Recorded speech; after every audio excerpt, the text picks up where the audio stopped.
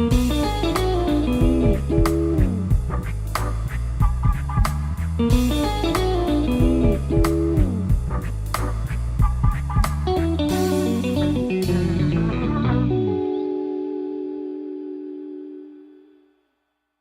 people, Mongoose again, and something a little different today. I'm doing a video response to Team Chav, who did a video a few days ago last week about 3 random games, basically asking the retro gaming community to just pick 3 random games and just tell everyone about them. Really, that's what it's all about. So yeah, I picked 3 random games, so let's see what they are. I tried to pick from multiple systems, and yeah, had fun like randomly picking. So let's crack on. Then first off, Double Dragon 2 The Revenge on NES. Now, I absolutely love this game, so when I pulled it out I was chuffed to bits. One of my favourite NES games, definitely my favourite in the Double Dragon series. The third one's terrible, but the first one's alright, but this kind of ironed out all the flaws from the first game. In the first game there was only like kind of 2-player battling, there wasn't like a kind of co-op mode where you play 2-player, and obviously in this there is, and it's just loads of fun to play with somebody else.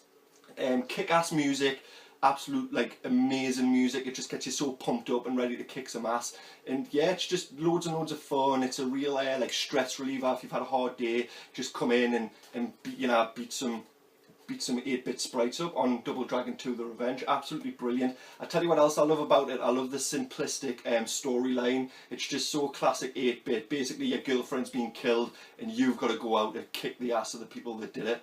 And yeah, that's Double Dragon 2. So I really love this game. One of my favourite on NES. And I know people say stuff about the control scheme. It's a bit weird when you first play it. Like the A button and the B button aren't like marked independently to like a punch or a kick. Depending on the direction that you're facing, like your B button will go behind you, or it'll be your front punch. It's quite hard to explain, but I mean, once you get used to that kind of control set in the game, it makes loads of sense. Like if you went from Double Dragon 1 to Double Dragon 2, like the fighting controls might kind of confuse you a bit, but once like you get a knack to it, it's just absolutely brilliant, loads of fun, and it makes loads of sense why they've actually set the controls up that way. So yeah, that's my first random game. It's Double Dragon 2 The Revenge for NES. Right then, next up I picked out the PS1 game, and I picked another doobie. It is the original Rayman on PS1. Now, where should we start with Rayman? It's a beautiful looking game, absolutely gorgeous looking game. I think it was quite unique for the time as well, because when PS1 first came out, developers were kind of going for the whole 3D polygon environments and stuff, and they didn't really age that well. But then when you come back and play this game, and it's just done in a 2D cartoon style, and it still looks absolutely beautiful. Just loads of fun to play, tight controls. It is difficult, it is a challenge, I'm not going to lie. It is a really difficult game. So if you like a side-scrolling platformers and you like a bit of a challenge, then you've got to try Rayman if you haven't already.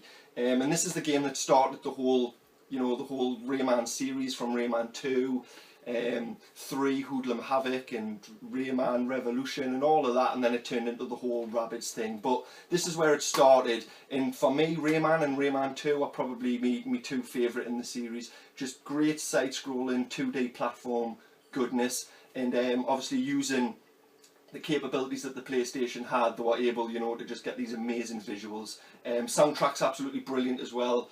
Really kind of atmospheric when it needs to be, but very light and bouncy and cartoonish in other areas. There's loads of different styles of platforming as well. You're not just always side-scrolling. Sometimes you might see yourself like going up the screen trying to escape. Like there's one level where it's rising water, and you've got to kind of rise with the screen before the water overtakes you and drowns you and stuff. And yeah, there's just loads of different varied levels, from music inspired levels to kind of like beautiful forestscapes, all the way to like kind of stationary based levels, if that makes any sense, with like pens and pencils and arts and crafts stuff. So yeah, just loads of varied gameplay, and it just looks beautiful and sounds beautiful. And that's Rayman for PS1, and that's my second random game pick. Now this next one, I didn't really know much about it when I picked it up. I literally just picked it up. because I'd seen it recommended. I think it was on a Metal Jesus Rocks video where he did like, you know, he does his DS collection videos and he kind of tells you, you know, the kind of games that you should be going for. And yeah, this is one of them. You can hardly see because the box is covered in stickers. Thanks CEX. It's Zubos, or Zubo on the Nintendo DS. Now, how would I describe this game? It's kind of like a sort of very simplistic Final Fantasy kind of game. It's like an RPG game with turn-based combat, and you know, it's done in this really cool, like kind of cartoony sort of like graphic style, and it looks really good, but more importantly it plays really good as well.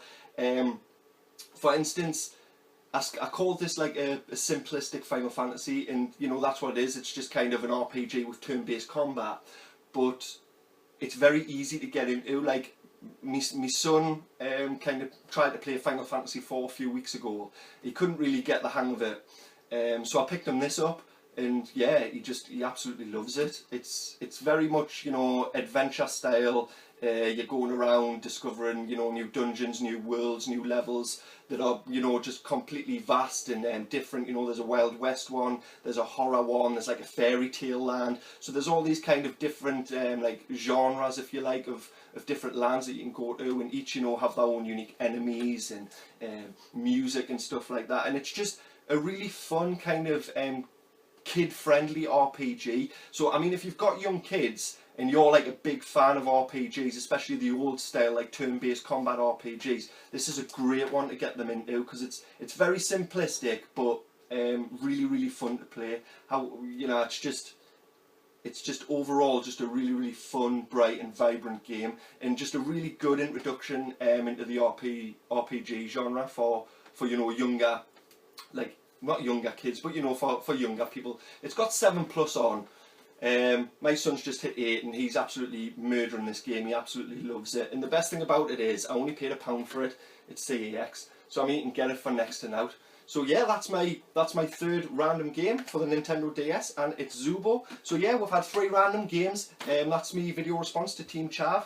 I definitely recommend you check out that channel, and if you've got, you know, your own video response of 3 random games, then you know, get yourself a video made and tag Team Chav in it, because it was a really good idea for a video. So happy days. I'll leave you like I always do, just say thanks very much for watching, people, and you know, if you've liked what you've seen, please hit that like button. If you've liked it in particular, please hit the subscribe button, and of course please leave your comments, people, because I love all your feedback. I try and respond to everybody, and I always like your comments and all of that. So thanks very much, people, it's much appreciated. Hopefully I'll catch you next time.